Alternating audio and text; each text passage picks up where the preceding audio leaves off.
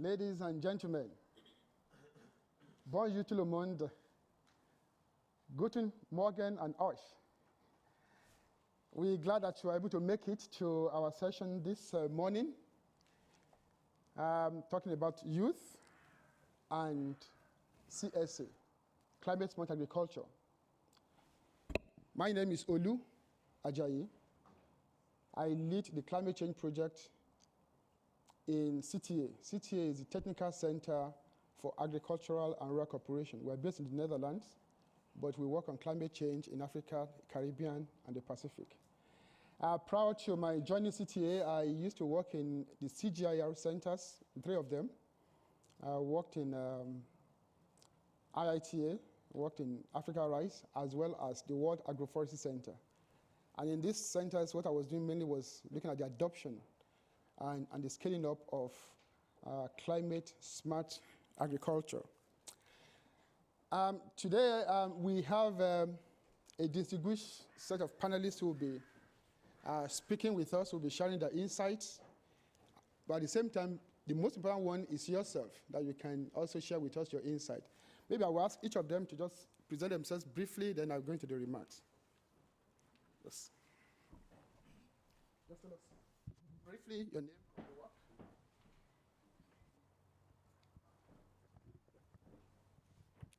Good morning. I'm not getting a response. Good morning. Good morning. How are you today? Are we feeling good?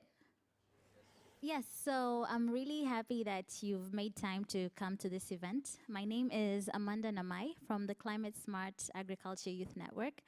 And I'll soon give you a reason or two to make it worth your while to have made time to come here. So that's all I'll say for now, so stay tuned. Catherine? Morning, everyone. My name is Catherine Mungai, and I work with the CGIAR research program on climate change, agriculture, and food security. And we are based in Nairobi at the International Livestock Research Institute. Good morning, everyone. My name is Ayalneh Bogale. I work for African Union Commission as advisor in climate change and agriculture. Therefore, my work actually goes around the nexus between climate change and agriculture, and actually supporting African Union member states in mainstreaming climate change into their agricultural development policies. Thank you. Good morning, everybody. My name is Amath Pathe. I am the lead environment and climate for West and Central Africa at IFAD, based in Rome. Prior to joining IFAD, I work with UNDP, working also on mainstreaming environment and climate into national development policies, framework, budget. And I worked also with international organization in Afghanistan prior to joining the UN organization. I'm happy to be here to discuss this important topic about youth, environment, climate, migration nexus in Africa. Thanks. Good morning, everybody. My name is Latifa Daadaoui. I'm a professor of management sciences from University of Ibn Zohr from Morocco, Agadir. I'm working on entrepreneurship, creativity, and innovation, and ecological behavior of young people. We are here to present our project called L'Effet Papillon, about the climate smart education in university. Hello, everybody. My name is Zouhir Mahani. I am a professor also in University Ibn Zohr.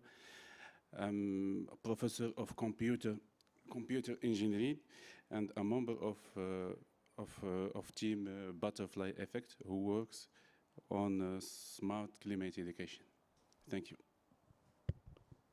Good morning, everybody. I am Dr. Sahar Saoud. I am a professor of applied mathematics at Ibn Zohr University, and I am a membership of Butterfly Effect. I am very happy to be here today. Thank you. Thank you very much. That's good. You've listened to them. Quickly, I just want to give a quick overview on youth engagement in climate change, in climate, looking at CSA and smart education. Why the youth? Why we focus on the youth? You can see on the screen the devastating implications of youth unemployment and the impact they have. I just gave an example here of that of Africa. You can see quite a lot of the population as of today. Many of the youth are unemployed. And over the next 10 years, it is projected that 1 in 6 more will be added, unemployed youth. So by 2025, it has a lot of implications on the economy, on the development overall. This is just a case of Africa. So you can see the devastation that is involved. And we've read many times on the news, people thinking that coming to Europe is a solution because of this kind of push factor by the youth. They are facing unprecedented global migration and refugee crisis. You can see the lines from so many places coming to where they think there is a solution, or whether they think there's an economic solution. So this is supposed to be, or this is a global big problem for developing countries as well as for developed countries. Now, climate change will have an additional stress imposed on these problems I've highlighted earlier on. Because you can see, for example, projection shows that for many of the major crops, for maize, for rice, for wheat, and other crops that form the staple crop, food security of many of these nations, it has a lot of implications that climate change is projected to lead to reduction in this. So upon the existing challenges, climate change is imposing an extra challenge or burden. But that's a problem that many of us know. Today, we don't want to talk about the problems, but we want to see where are the solutions. We can keep talking of problems from now till tomorrow, but that will not lead us anywhere. But the question is, where are the solutions? Agriculture is touted to be a potential opportunity for youth, especially where in situations in countries where there is high youth unemployment rates. And again, climate-smart agriculture in particular is an approach that provides solutions to the problems, because it helps to address the issue of food security and income, addresses adaptation, as well as mitigation where possible. The key question we want to focus on today, 2 of them. So what actions has CSA Youth Network and the different partners that have spoken with us earlier on, what actions are they doing to help to address these challenges? Second one is, how do we ensure that we cultivate ecological thinking and promote implementing actions? What are the actions being done to address these challenges? Like I said, we don't want to talk of challenges only, but want to look at where are the opportunities and where are the solutions. So the objective of this session is to highlight all these collective actions by CSA Youth Network and these partners in making the link between climate change and agriculture. Precisely 4 things, specific objectives.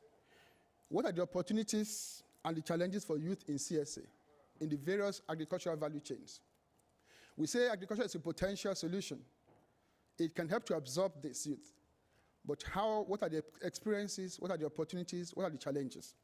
Second is, they'll be sharing with us, particularly CSA Youth Network will be sharing with us, and other partners, their own experiences. The third thing is also we want to hear from, we have about 3 professors or 4 professors here, very high level gray matter. So they'll be telling us about the unexploited potential of universities to promote climate-smart education, and how does this education they're providing links up to action by the youth. But the most important one, like I would say, is we want to listen to you, because some of these insights, some of these experiences, they reside with you. So there'll be time for us to share, for you to share your experiences with us. This meeting is being co-organized, co-organized by the CSA Youth Network, by Ibn Zohr University, UIZ, by CTA that I represent, by CCAFS, IFAD, and the NEPAD and AUC. Thank you very much. And now I want to start it to say, you are very much welcome. It is your meeting, it is your session. They will just give us some set the scenes, and then we expect to hear more from you.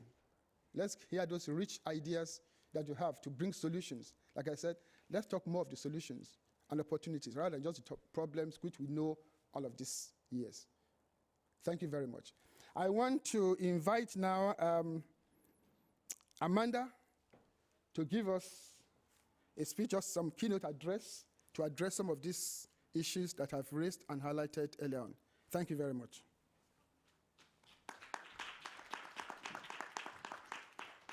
Thank you very much, Mr.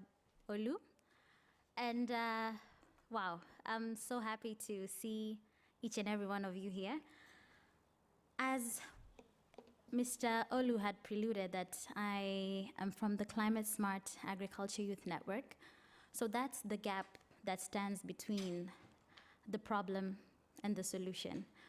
So may I request to have a microphone? I'm not too comfortable being confined in one space. So as he mentioned, that there's so many problems that we have, and we know that. Thank you. So there's so many issues that are there in agriculture. We say there are not enough youth in agriculture. What do we do to encourage the youth in agriculture? And we have all these partners who are ready and willing to work with the youth, but they can't seem to have them mobilized and address them in one way and in one voice and in many other different directions that we can get the youth aggregated. So this is where the climate smart agriculture comes into place. And I'll give you an overview briefly of what we do and how we do it.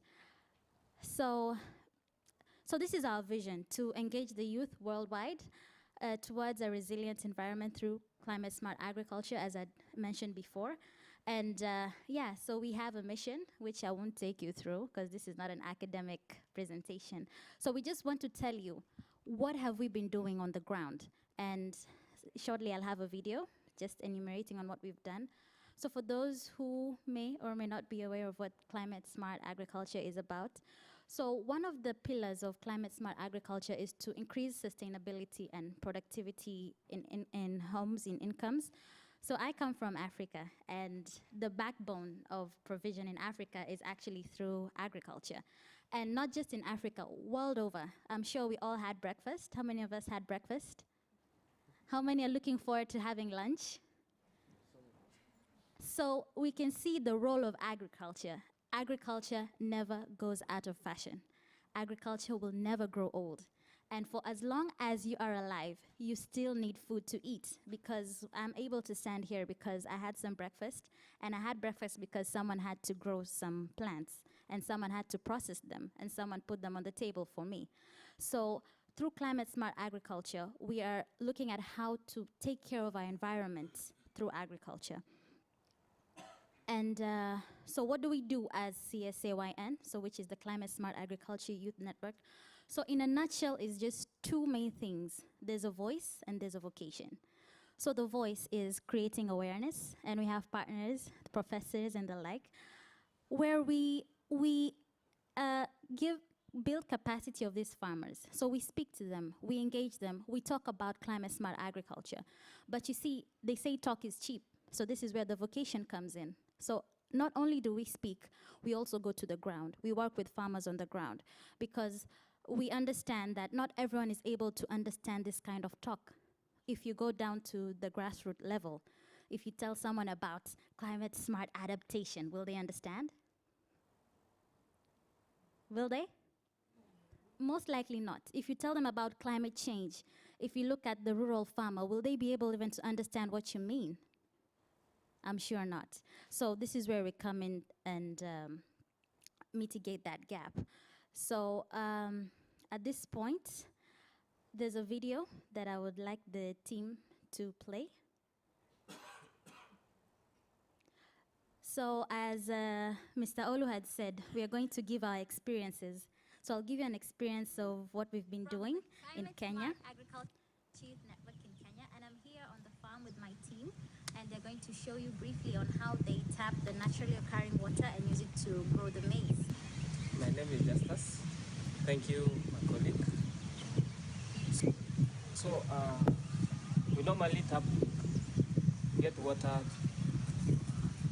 from here to be able to water our plants when there is no rain.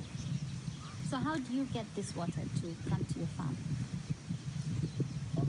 here we normally, as it's flowing down, normally block it so that and then we store it in a, normally we dig like a hole so that we can be able to preserve water inside.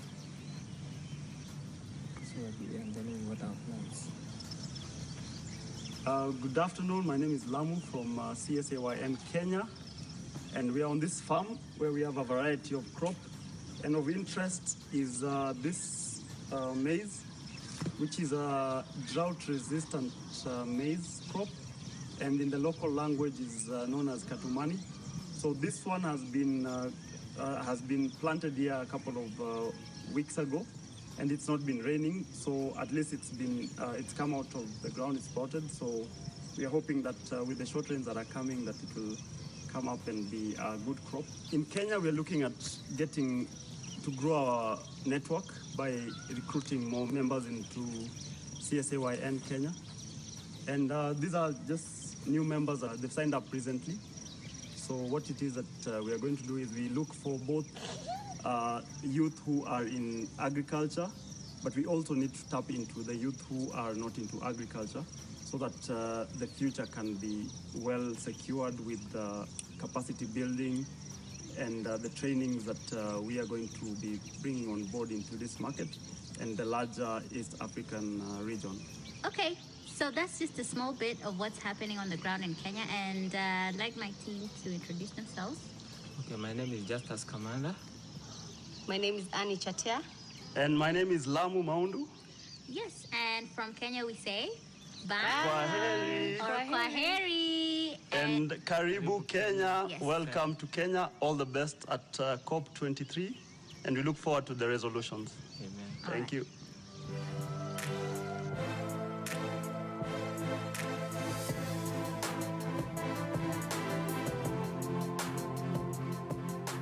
Okay, thank you. So that's just one out of the 30 countries that we are in. So that's just one in 30 countries. CSAYN is present in 30 countries, and we do various kinds of things. So in the interest of time, I may not be able to enumerate each and every one of the things that we do. So we're looking forward to your feedback. We're looking forward to engaging further with you. And I mean, the doors are open. We are open to so much from you. So thank you so much for that. Yeah.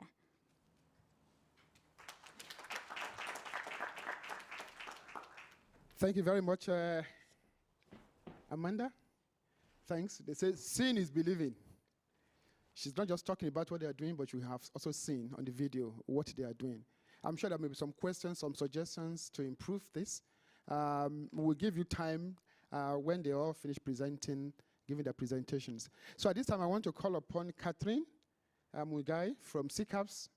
CCAFS is the Climate Change, Agriculture and Food Security of the CGIAR, to give us just a quick, for 10 minutes, unless if you can make it.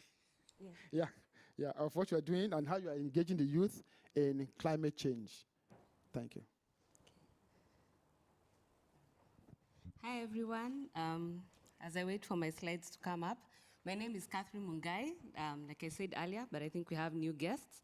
I work with the CGIAR research program on climate change, agriculture, and food security. I'm in charge of partnership and policy engagement. So today I'll be sharing some of the stories, lessons, and experiences from CCAFS East Africa on what we've been doing together with the youth and climate smart agriculture. That's my Twitter handle. This is the social media age. So I think by the time I'm done with my presentation, I'll have like, 50 new followers? I'll follow you back, and then we can continue with this discussion further. So basically at CCAFS, we've been addressing the issue about youth, climate smart agriculture and agribusiness through different kinds of approaches. So for today, I'll talk about two. One, we've been hosting a series of online discussions, and as you can see from my slides, that's an example of one of the discussions that we've been having, and we've been having this together with the CSAYN, CTA, NEPAD, and several other partners. And then I'll also share experiences or like a case study of some practical examples that we are doing in East Africa, in Kenya.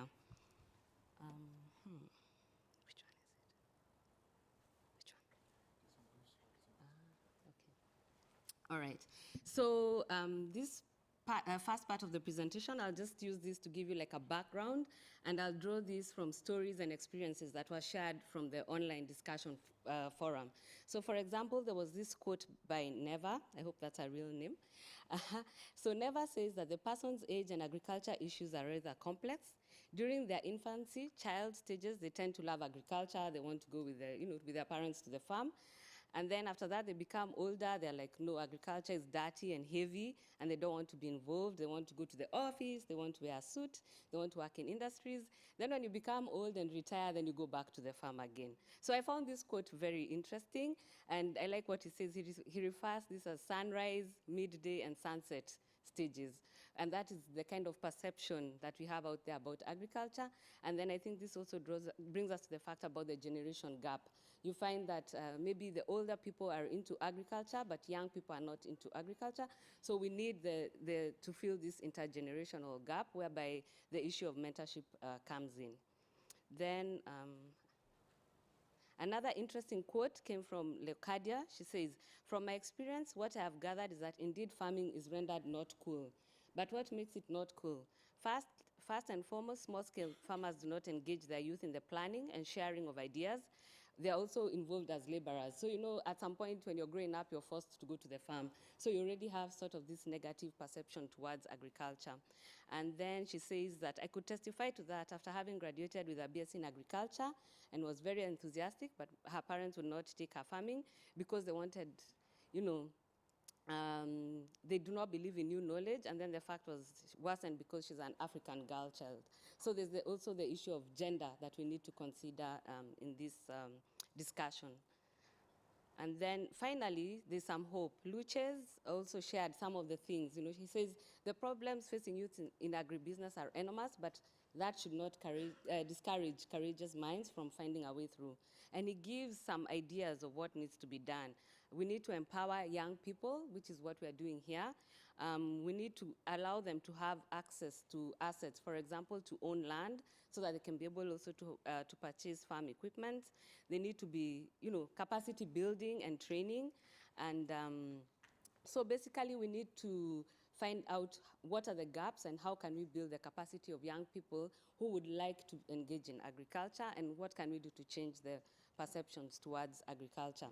So basically, I just wanted to pick out these quotes as a background and also to build on what Olu and Amanda have said as some of the challenges that youth are facing in terms of agribusiness. So moving forward, I'll share some of the work that we've been doing in the climate smart villages. I'll give an example of what we are doing in Nyando. We work in Kenya, Uganda, Tanzania, and Ethiopia. But for this particular presentation, I'll talk about what we do in Nyando.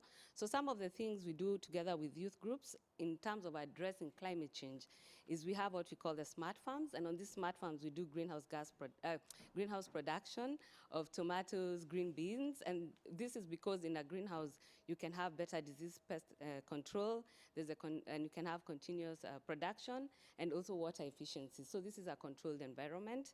Then we also do irrigation, aquaculture, fish farming to improve nutrition and income. And then we also have initiatives on improved small ruminants, for example, to boost the uptake of resilient breeds of goats and sheep. So this we do together with the International Livestock Research Institute. So we try to work together with experts in different areas, but we also bring on board community-based organizations and the private sector so that we can see how to engage through the entire value chain. In terms of mitigation and adaptation, we also have agroforestry projects which integrate fruit trees and multipurpose trees. So for example, mangoes and bananas. And these trees can provide food and also fuel wood. And then we also have an initiative on climate information services, and I think this is also very interesting, looking that this is the digital era, so we have the mobile phones, we have the internet, we have all these apps. I think these are some of the opportunities where young people can be engaged. So we can see in one of the quotes, when you consider agriculture to be dirty, you don't want to work in the farm. But that's, I think, a notion we need to change. We don't need to always focus on the production side of things. There are also other aspects or other parts of the value chain where we can engage the youth. So for example, in transport, in marketing, in packaging, and all that. So I think the issue of the digital age is also very, very important. And I think the CSAYN hosted a discussion on this, and perhaps they'll be sharing with us some of the issues that came up. So following is just a series of pictures to demonstrate what we've been doing in the climate smart villages. Anytime you're in Kenya, Nyando, you're welcome to come and visit. And I like the video that Amanda has shown because it shows you the realities on the ground and you got to hear from the farmers themselves. So an important thing that has come up is capacity building and training. So it's not just about, giving the youth the technology. So here's the greenhouse, here are the seeds, but you need to work together with them to build their capacity so that they can be able to take care of their crops.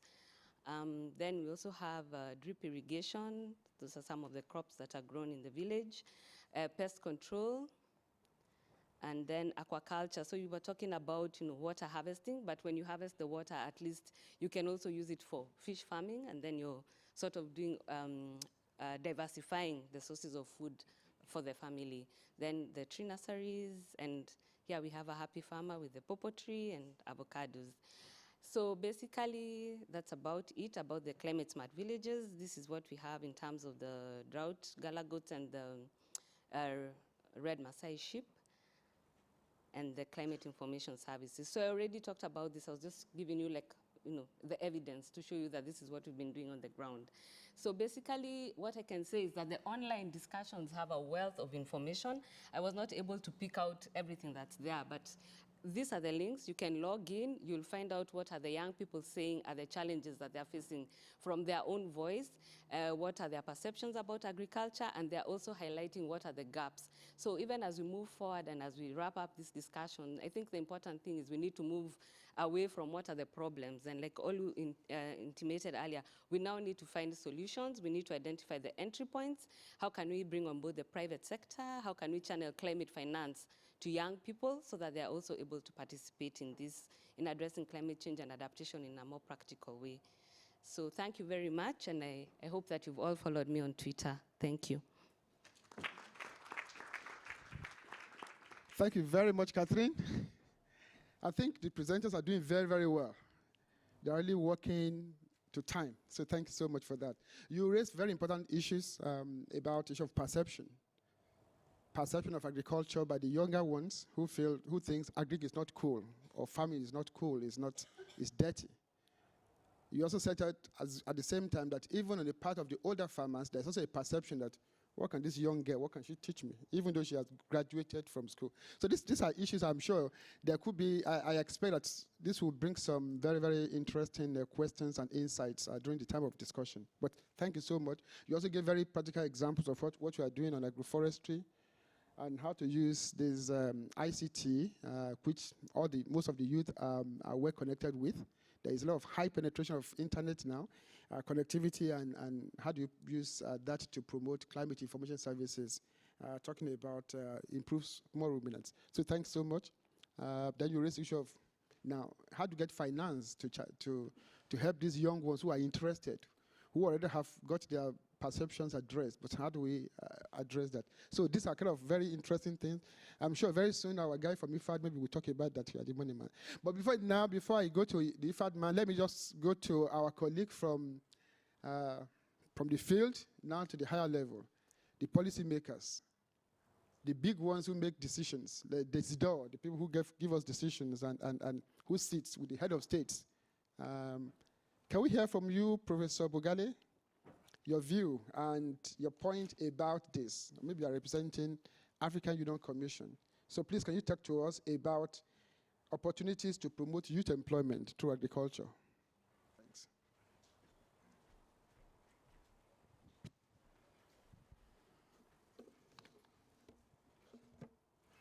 Well, thank you, the moderator, and thank you also the CSAY user network for actually inviting us. As I just said earlier, I'm just working for African Union Commission as advisor in climate change and agriculture. That means the nexus between these two important aspects. And therefore, I would just talk why climate smart agriculture is actually very important for the activities of African Union Commission in providing support to its member states and how we actually try to engage the youth in this process. Well, first, why do we consider climate smart agriculture basically and specifically very important for Africa? Well, whenever we start to discuss about the importance of climate-smart agriculture, we start with its triple dividends or triple benefits that have been already said about. But that do have very specific implications for Africa. Well, we start with the new population growth prediction of UN. Up to now, up to very recently, we have been talking that population will reach 9 billion by 2050, but that has been revised upwards very recently. The recent figure actually from the United Nations predicts that by 2050, the total world population will be 9.8 billion. That means about 2.4 billion added to the current world population by 2050. Now, that is not worry very much when it comes to the global context. But when it comes to African context, out of the 2.4 additional population, about 2.4 additional population, 2.4 billion, 1.2 billion happens in Africa. That means the population of Africa will be double by 2050 as compared to the current population. Therefore, when we are talking about the global need for increased food production, the estimate says that we need to increase production by almost 50% globally. But for Africa, we need to increase production by double in order to feed the additional population by 2050.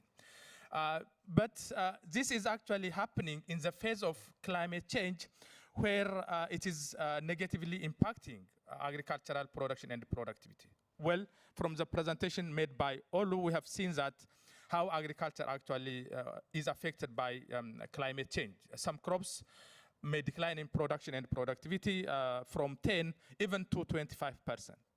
And even population may require to change actually the consumption pattern, because areas which actually can produce wheat may not be able to produce any further. Therefore, they have to shift to maize or millets, sorghum, and so on, which are relatively drought resistant. Therefore, not only reduction in production, but there might be even change in consumption pattern, required change in consumption pattern. And therefore, if we are actually looking for ending hunger, which is one of very important target of the Sustainable Development Goals, as well as the African Head of State's commitments, or reducing poverty, then we cannot afford to actually neglect agriculture and the impact of climate change in that particular sector if we are to attain these goals, because agriculture, we know that contributes a bulk of the gross domestic product for majority of African countries. It's a very important source of export earning, as well as an important source of employment. Therefore, for these reasons, we actually need to bring in agriculture whenever we are talking about growth and poverty reduction, food security, and so on. And we know that actually the engine of change and agricultural transformation actually lies in a huge potential that Africa do have in terms of its use. We have seen the numbers. I don't need to repeat, because we know that close to two-thirds of African population actually tends to be used, and the youngest population in terms of use constitutes actually Africa. And actually we know also that as compared to the old generation, the youth is actually the one who actually immediately receives new technologies, take risk, and then actually engage into innovations and technologies. Therefore, if agriculture is to get transformed, we need to bring on board the new generation, because the old generation actually tends to be risk averse and also stick to the status quo. Therefore, if we need to transform agriculture, then there is a potential for the youth to be in. But if you consider the status quo, what the current status is, there is little incentive for the youth to engage in, because actually the youth looks for a sector where it can make money. It can make money. That means it doesn't actually want to live for survival. It doesn't want to just live for survival, as his fathers and earlier generation used to do.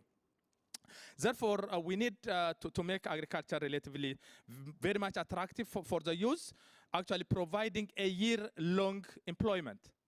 That means in the current agricultural sector, farmers are engaged particularly for half of the year, underemployed for the remaining part of the year. The youth cannot afford that one. And therefore, high-value crops which can be grown throughout the year should be an opportunity for engaging the youth.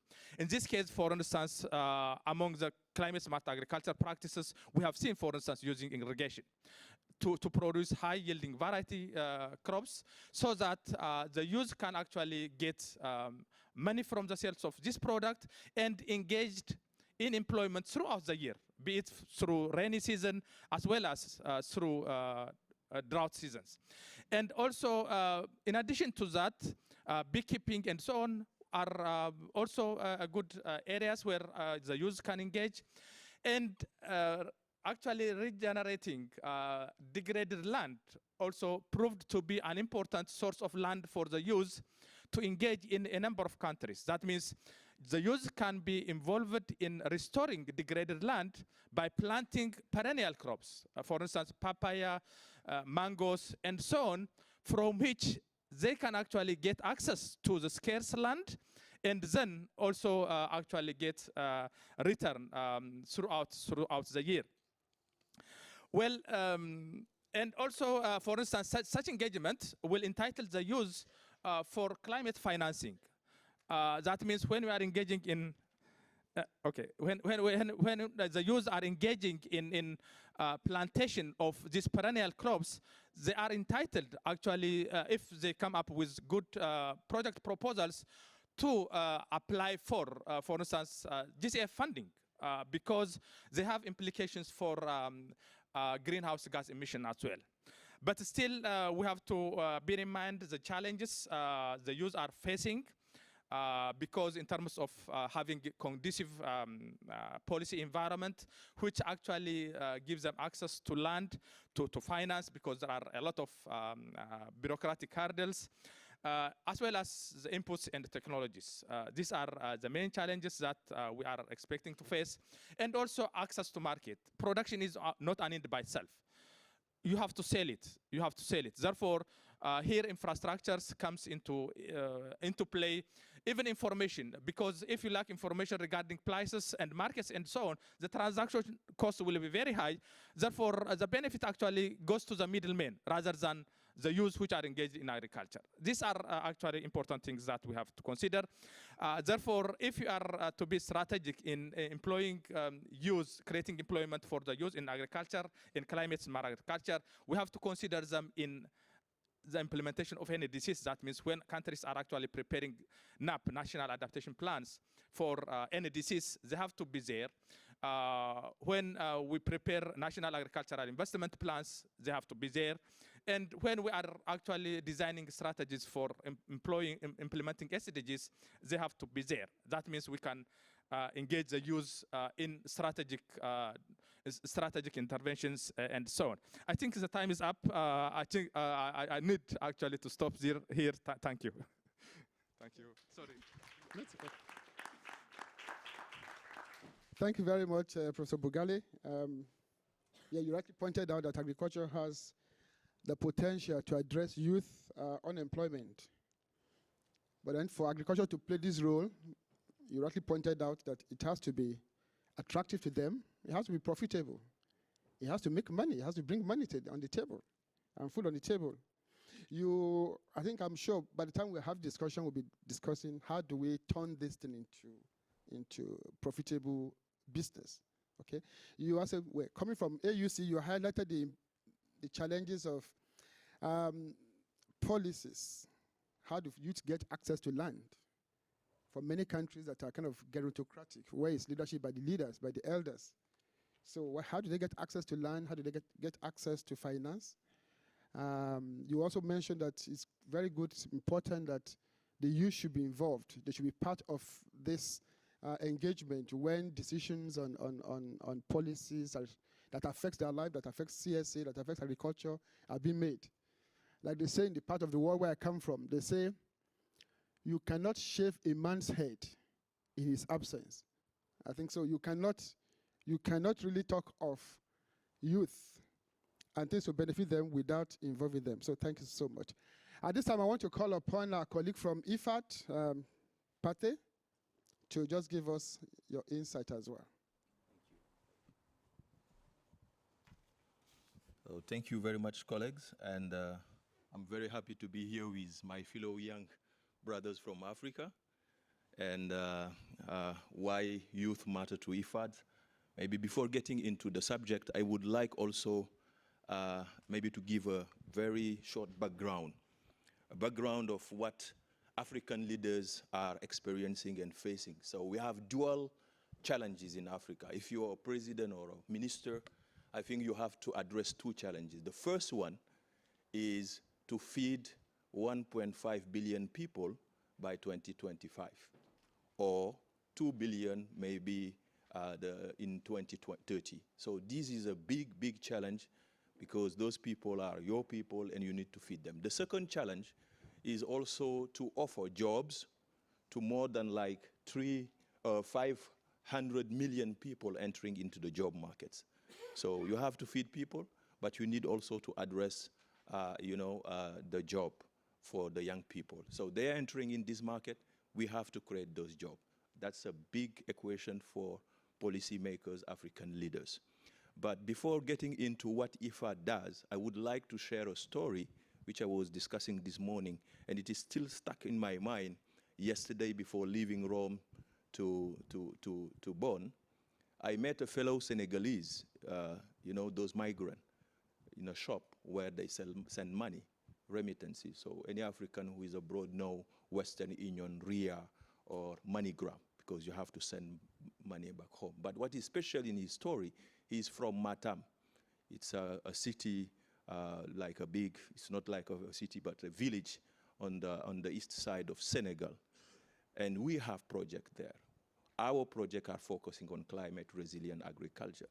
From his story and from our discussion, he's coming from a family where to come to Italy 10 years ago, they have to sell the cows.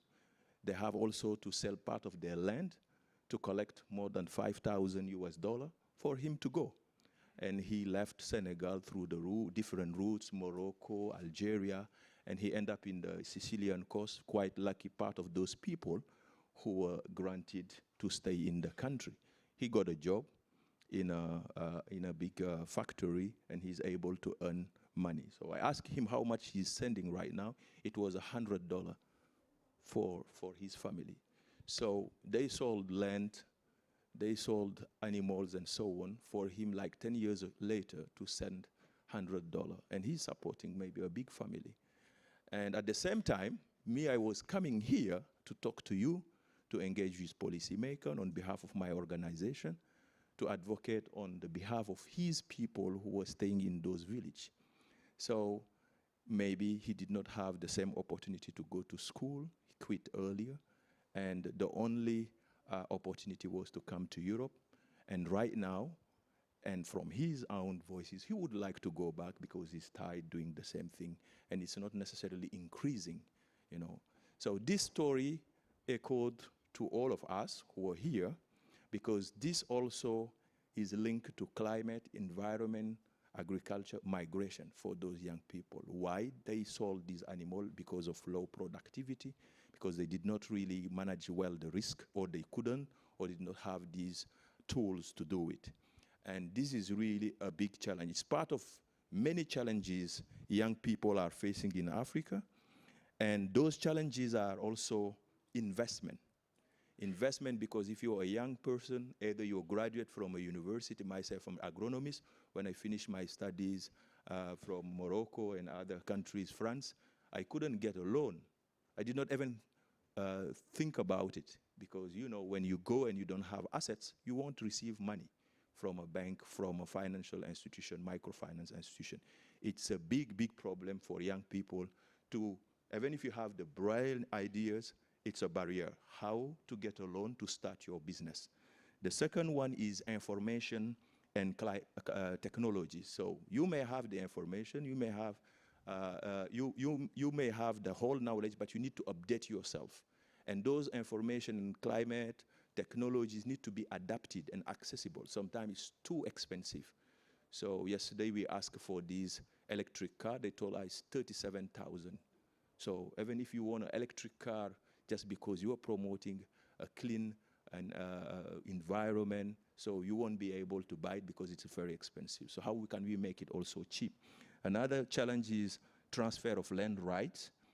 And this is a big, big issue because most of these lands, they belong to communities, they belong to farms, they are not registered.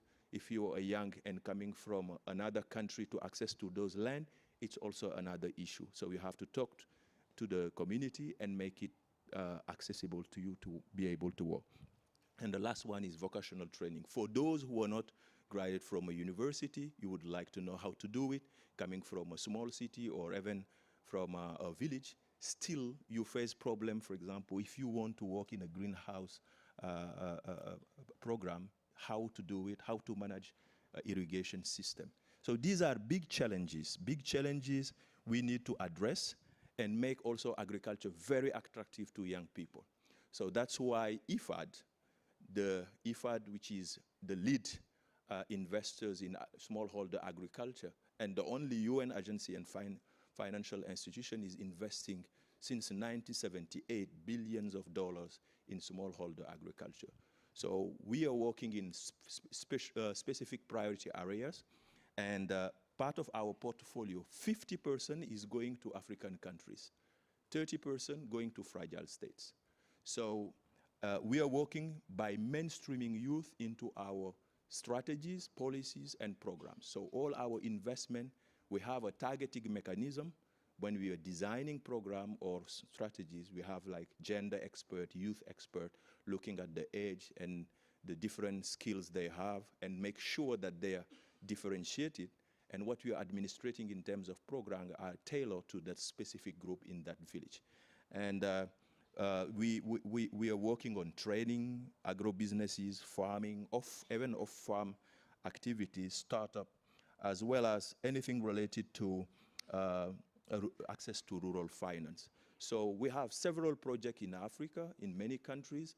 Some of those projects, they even focus on youth.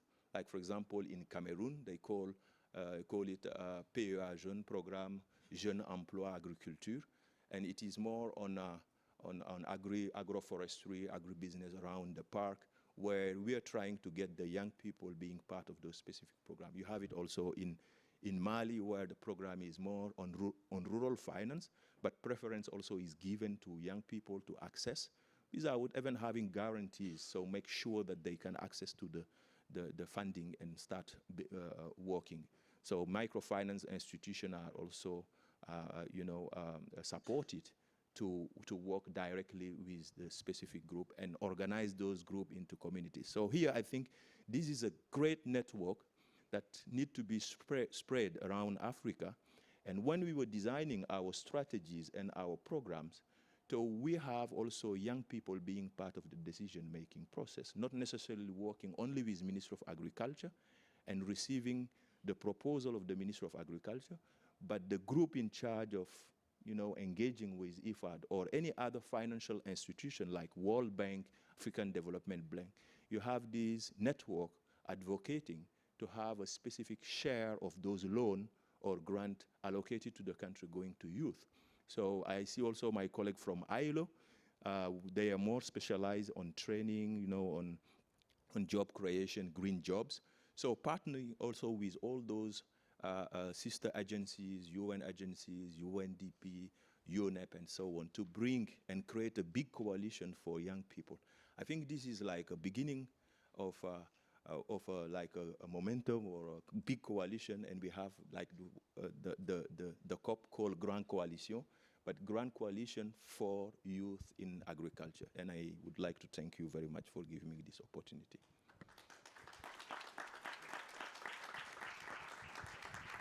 Thank you very much. Two key main challenges is how to feed the youth and how to provide job for them. And you cited quite a number of examples. I'm sure that will also come up in the discussion. At this time, I want to invite our colleagues from Universiteit Ibn Zohr to talk about how they're imparting knowledge and education on youth and how that's helping to translate to actions on the ground. This is forward. This is back. This is pointer. Okay, the floor is yours, please. Okay. Good morning, everybody. Thank you for your for the CSAYN, for the organization, for helping us to organize the side event. We will talk always about youth engagement in climate change, but from another side, which is the smart, climate smart education. We will, first of all, explain why we should consider the role of university like a key actor in the climate debate, and then we will share with you how we could act this role throughout our project called L'effet Papillon, تأثير الفراشة.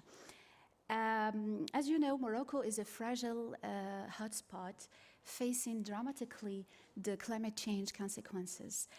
That's why the Kingdom of Morocco is committed throughout several actions. We have a very interesting national strategies, for example, the National Strategy for Sustainable Development. And we have also one of the ambitious and precise NDC with very interesting targets. Morocco also is engaged on huge programs, especially for making effective the energetic transition, like for example, a Noor solar project, and also Morocco is engaged on international engagements like the Kyoto Protocol ratification and Paris Agreement, and also last year we organized the COP22. In all these strategies as are highlighting and emphasizing the principal and capital role of education. And when we are talking about education, we could talk about university and think about university. Why it is important to consider university and its role in this climate debate? Because we have several, we could say that we have a lot of reasons, but we focus on two main reasons. First of all, the natural mission of university. University is a learning center and a capacity and skills building. So throughout this mission of learning and capacity and skills building, universities could, for example, add to their wide range of competencies, student competencies, the climatic competence.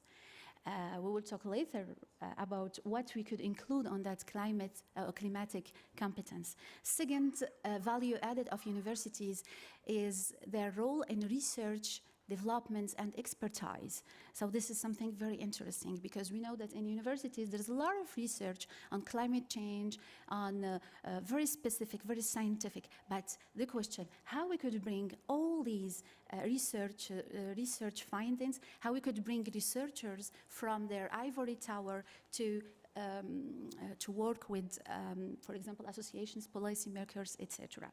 The second reason for us, which is very, very interesting and concern us as professors, is that university could be a massive constructive and construction weapon, as universities are a basin of students' flows. And in this idea, we believe, and we do believe, that if we succeed in cultivating the thinking and acting ecologically through our students, we could have a positive effect on all the society. This is our vision through the role of university in like a climate actor. In universities, we believe that if we wanted to change the minds, we could do that in universities and by universities through the climate smart education. Why we talk about smart education? Because it's smart, because it's based on research and it's based on innovative tools, for example, high technology, etc. Research-based education, what does it mean? It means that, first of all, we have to understand what are the barriers and drivers of acting, of the ecological behavior of young people, of our students, of youth in general. And how we could bring the research findings to help policymakers, for example, and to help the associations and all the civil society. And this is in one hand. In the other hand, when we are talking about education, we have to use innovative tools that could help us to build and empower our young students to act ecologically. So this is the interaction that we will live in. And l'effet papillon, this is our vision in l'effet papillon, which is our project conducted on our University of Ibn Zohr. Why the case of Ibn Zohr is very interesting? Because our university is one of the largest universities in Morocco. We are covering 52% of Moroccan territory, and we have, just on average, we have 125,000 students. So I just invite you to see the effects that we could have if we empower our young students. L'effet papillon is built on a methodology based on 4 pillars. We have, how could I use the, 4 pillars. 4 pillars. We have 3-step methodology with first step awareness, then training learning, which is interesting to say here that for us, this methodology is very interesting because we implicate and engage the students. Means the awareness, the training and tooling are done by students and for students, using, for example, the peer-to-peer methodology, the cooperative knowledge, etc. And the last one is the approach that Effet Papillon try also to promote is the interdisciplinary approach, which means that we are not focusing only on one student's background. We are trying to make together all the university backgrounds, means engineers with medical students, with business students, etc. And also transdisciplinary approach, which means that we are trying to make the university to work together with the different stakeholders, means policymakers, the corporates, civil society, etc.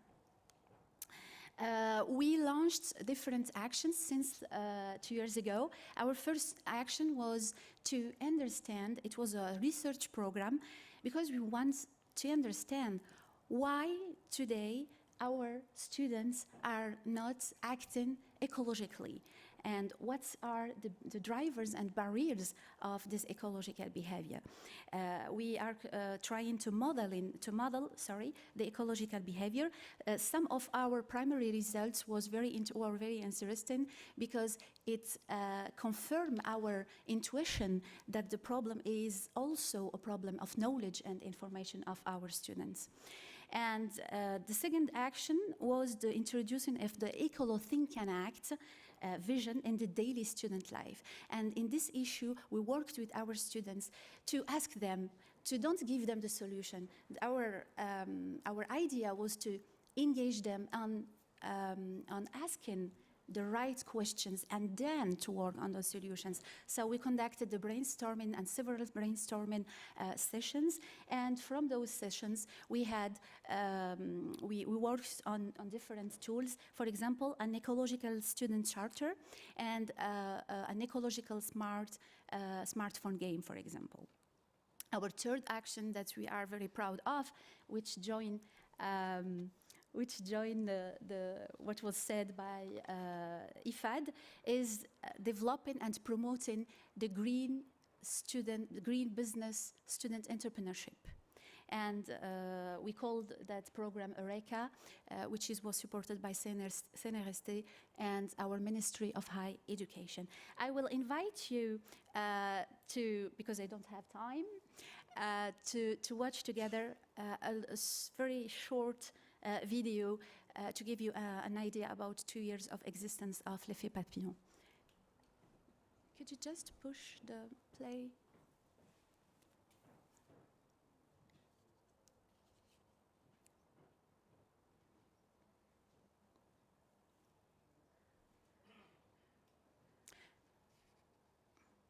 You have to push directly on the slide.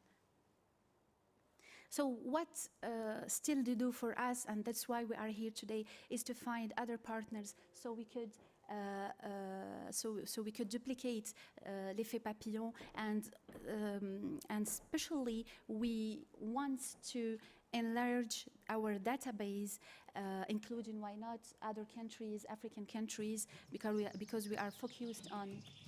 It's okay, I think.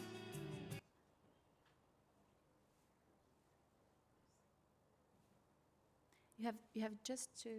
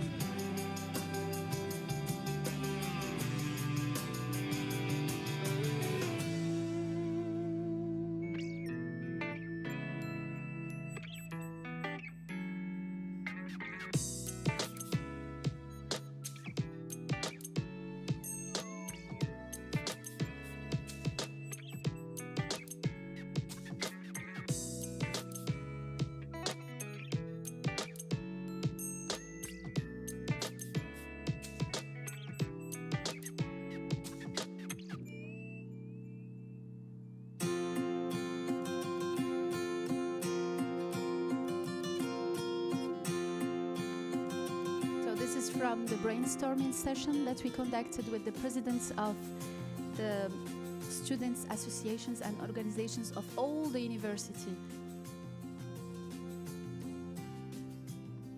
The ideas that work out.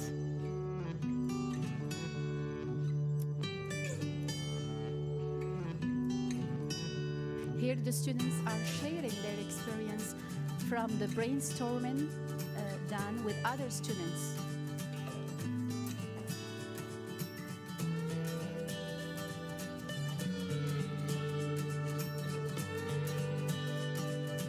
Climate change is also a philosophy matter, so we organized also several events.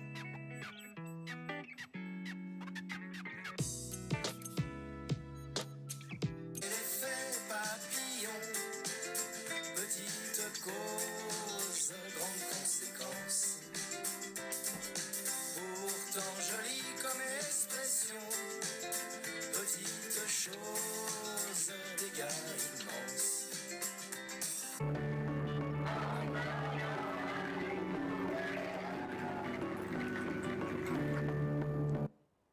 Thank you for your attention, and stay tuned with us.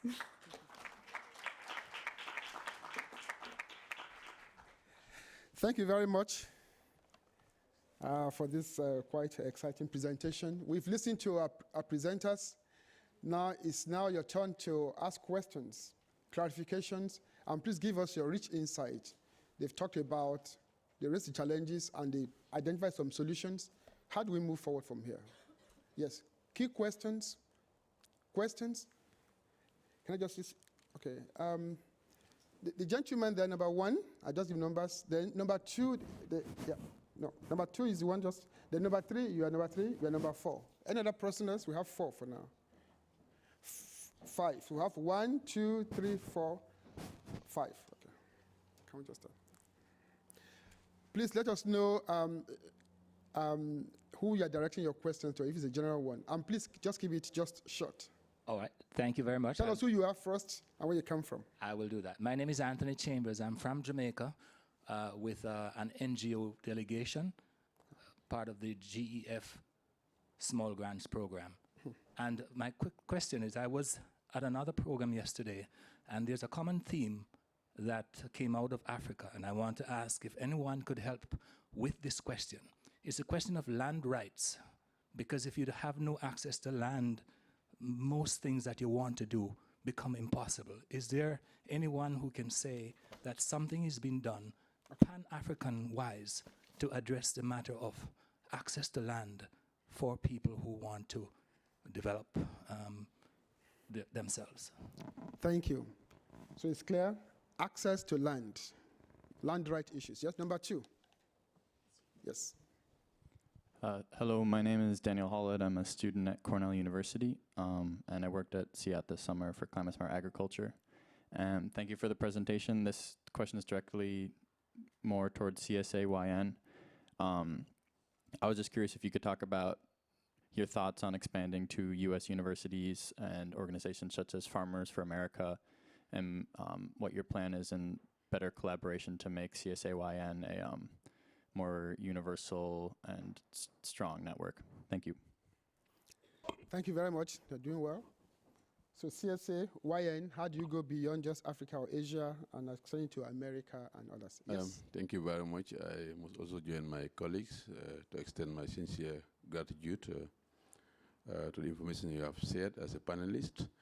I am Musa Sow, a Gambian from West Africa. Equally, I am the president of the network at my country, a board member of ROPA, and a member of the Pan-African Farmers Network called PAFO. Basically, what I have wanted to share is the fact that, like one of the presenters said, it's better to plan with the youth and don't plan for them. The moment that slogan is respected, there is a chance of seeing the U-turn of what is happening. Because I wouldn't see any reason why do we have to negotiate for our rights. The rights are not supposed to be negotiable. It's a privilege that we've been negotiated. But we African youth basically continue negotiating for our rights.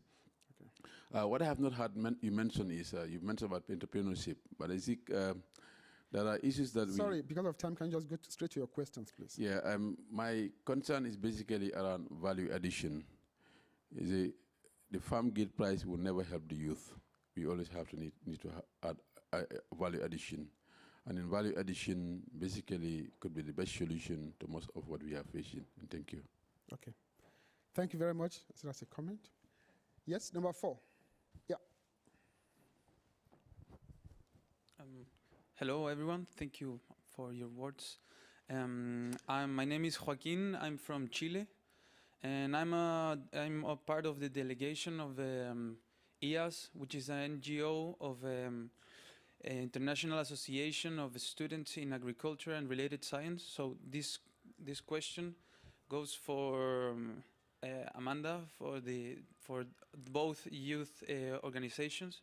Our mission as IAS is to promote the exchange of experiences, knowledge, and ideas in the field of agriculture and related science. So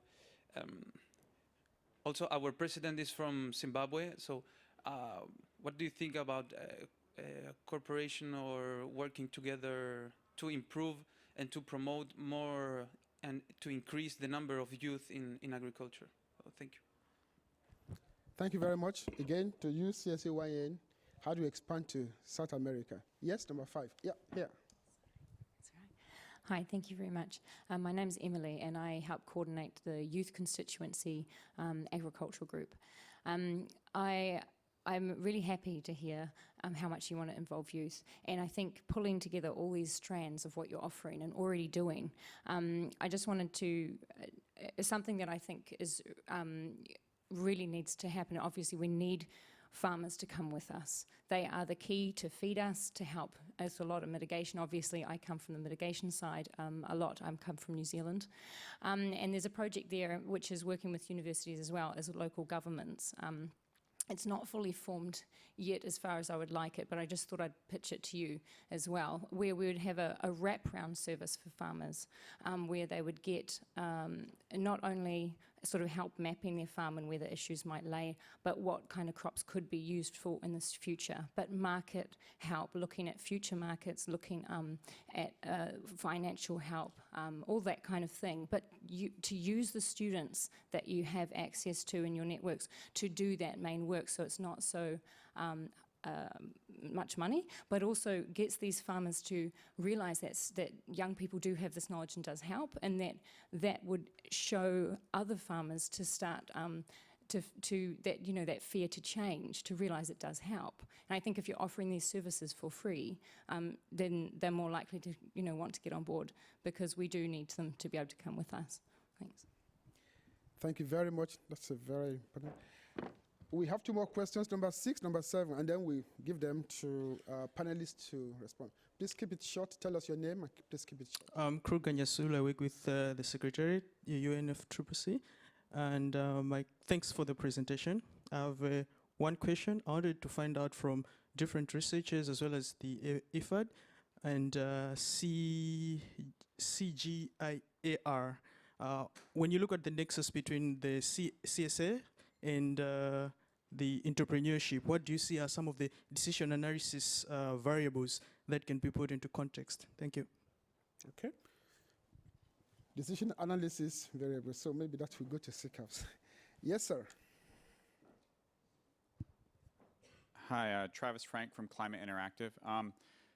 We give away real-time decision support tools for free, and the reason I bring this up now is in the last about 2 years, we've reached 35,000 people around the world with a role play that we've had, and it's called World Climate, and we've done a lot. Last year, because of the COP in Africa, we focused on reaching out to African youth, and we reached about 10,000 people last year alone in cooperation with the Moroccan government.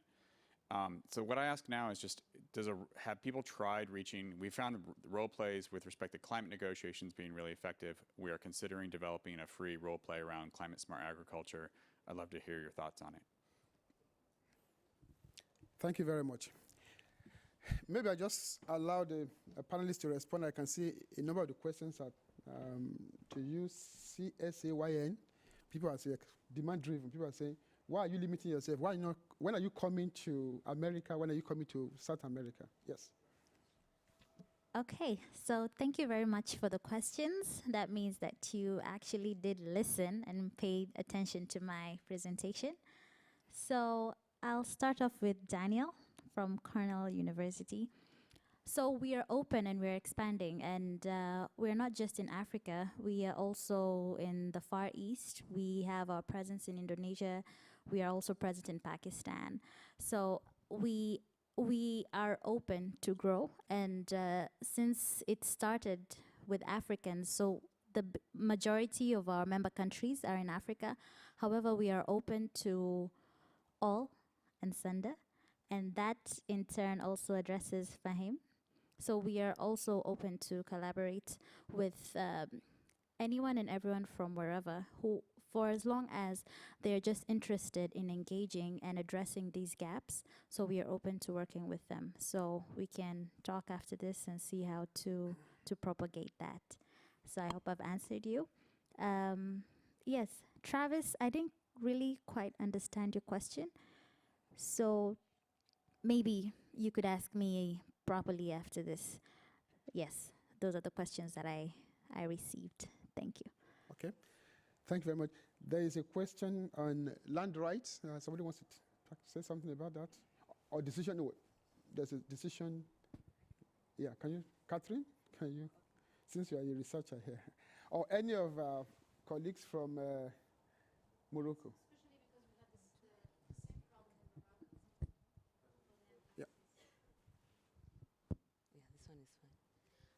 I think I'll address the issue about climate smart agriculture and entrepreneurship.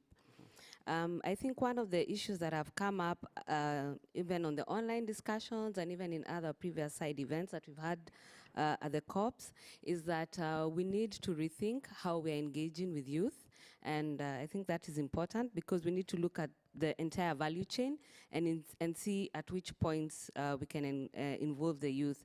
So one of the things that comes to mind is, for example, when you look at the NAMAs, which is one of the things that the countries are developing to address the issue of mitigation and also as part of the NDCs. So for example, one of the things that we're doing in Kenya is we're developing the dairy NAMA. And I think this is an issue, or this is an area where we can engage with the youth and even with women and see how we can involve them in the process of developing the NAMA, and at which point of the dairy value chain can we engage with them. So I think as we move forward, and even as for CCAFS, as we move into the next phase, we're working on developing business models of how we can see how we can make CSA to become more profitable. And in this process, we will definitely see how we can involve the youth more practically. Thanks. Thank you. So you wanted to add something from Morocco about this decision analysis?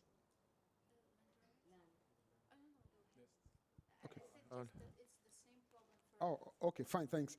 Yes, from African Union Commission. Yeah, I would like to address the issue raised regarding land because it has been raised also from you just after I have delivered my speech. Well, first of all, we have to understand that the land right is actually the most complex thing in Africa because let alone to have one common land right system in the continent, even one type of property rights system cannot actually function even within one country because the land rights system in mixed crop livestock system is different from the land rights system in pastoralist areas. Therefore, you cannot have just universally accepted property rights system regarding land. Therefore, it remains complex. In some areas, land is actually owned by the public. That means state-owned land. In some places, privately owned land. In some countries, there are community-owned land, owned by the chiefs. Therefore, you need to adapt to this variety of property right regimes to give access to the use. Therefore, the approach African Union is actually considering is not to have some sort of prescriptive type of property right system, but actually support individual countries, advise individual countries to actually use the existing land property rights system to provide access to the use. Therefore, one size fits all doesn't actually work. But we are closely working with member states based on the context that they are actually operating to have actually provide access to the use. That's one. Sorry, we just have just few minutes before. Okay, okay. Can we just well, she has mentioned about NAMA, but we are also concerned about NAPS, National Adaptation Plans, in implementation of NDCs. The involvement of youth in that also is relatively very important. Okay, thank you very much. Can we just give you some quick comments? Because we need to finish this session in the next 2 minutes before we wrap up. Yes. So in the university, we are scientists, but before we are people. So we can find solution, we can diffuse solution, and we can analyze the behavior of people. We begin from students because in Agadir we have 120,000 students, and if one student can diffuse the ecological component behavior to 5%, we can attack 600,000 people. That is a big work because all the police can't attack 600%. So that's the way that we engage students to this project. I want to just also to give hands to CSAYN also, because you were talking about entrepreneurship. We could work together on that issue because we are engaged on that through Eureka program, and we could develop with our students from the agriculture background and the agriculture engineering school in Morocco. We are also working with them. So it could be the first action that we could work together with CSAYN. Thank you. Let's just give a chance to our colleague from... One last thing about land, because we have the same challenge in Morocco about land. What we are trying in Morocco to do is to connect the landowners with young engineers, agricultural engineers. So the owners bring the land, and the young engineers, for example, of agriculture engineering, they bring their expertise, etc. So it could be a good idea also to implement somewhere else in Africa and other countries. Okay, merci. Mon frère, just 30 seconds, pardon. 30 seconds. On land use for the colleagues of Jamaica and also Gambia, I think here we can talk about registration of land. That should be part of the work the country should be doing. But if we want also to support young people to access, we need contracts, legal. So you have your land for 5 years, leasing contract, they can work, and they are protected. That is one for land. Second, in terms of also talent, the colleagues of who ask on CSA entrepreneurship. So we need to segregate and know who are our clients among the youth. So talent mismatch. So if you're in a village, which kind of young people we're talking? Are you a migrant? Are you graduate? And so on. And analysis of the situation will lead, of course, to the different type of technology, different type of policy and program you would like to design. And the last point is more related to off-farm work. Along the agricultural value chain, you could also engage young people on processing, on marketing, not necessarily on the production or transport. So we have to find out the different niche where young people can be engaged and be useful and to the agricultural production value chain or food systems. Thanks. Thank you very much to our panelists. Before I just invite our colleague from CSAYN, Elizabeth, to give the closing remark. Repeatedly, the issue of information gap came up. And one of the things we have just done is, in CTA is this book just published last week on indigenous knowledge systems and climate change management in Africa. I have about 5 copies here. You can pick them, but I can also send soft copies to you. We operate on open access, but I think it's very important. So at this point, thank you so much to everybody. And I give the floor now to Elizabeth to give the wrap-up, just in a few minutes. Thanks, Elizabeth. Afternoon. Good afternoon. I want to thank you all. This has been a very interesting discussion. I'm representing Climate Smart Agriculture Youth Network. My name is Elizabeth Gulugulu. We're just left with 3 minutes, but I want to admit that all these discussions were just linking up to agricultural research. I think it is very important for us to invest in our youth when it comes to research.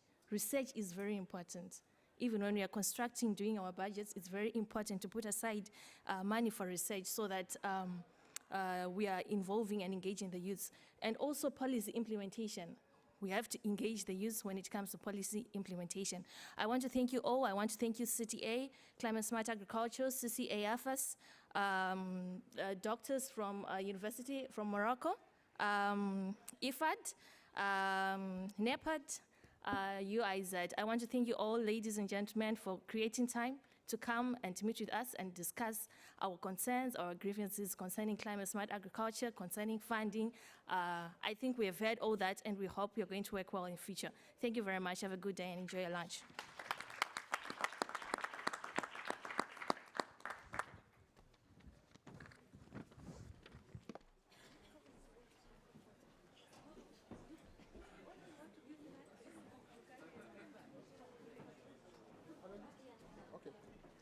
So the panelists, you just wait for group photo afterwards. Thanks. Thank you very much. Hey, Makadi. Hey.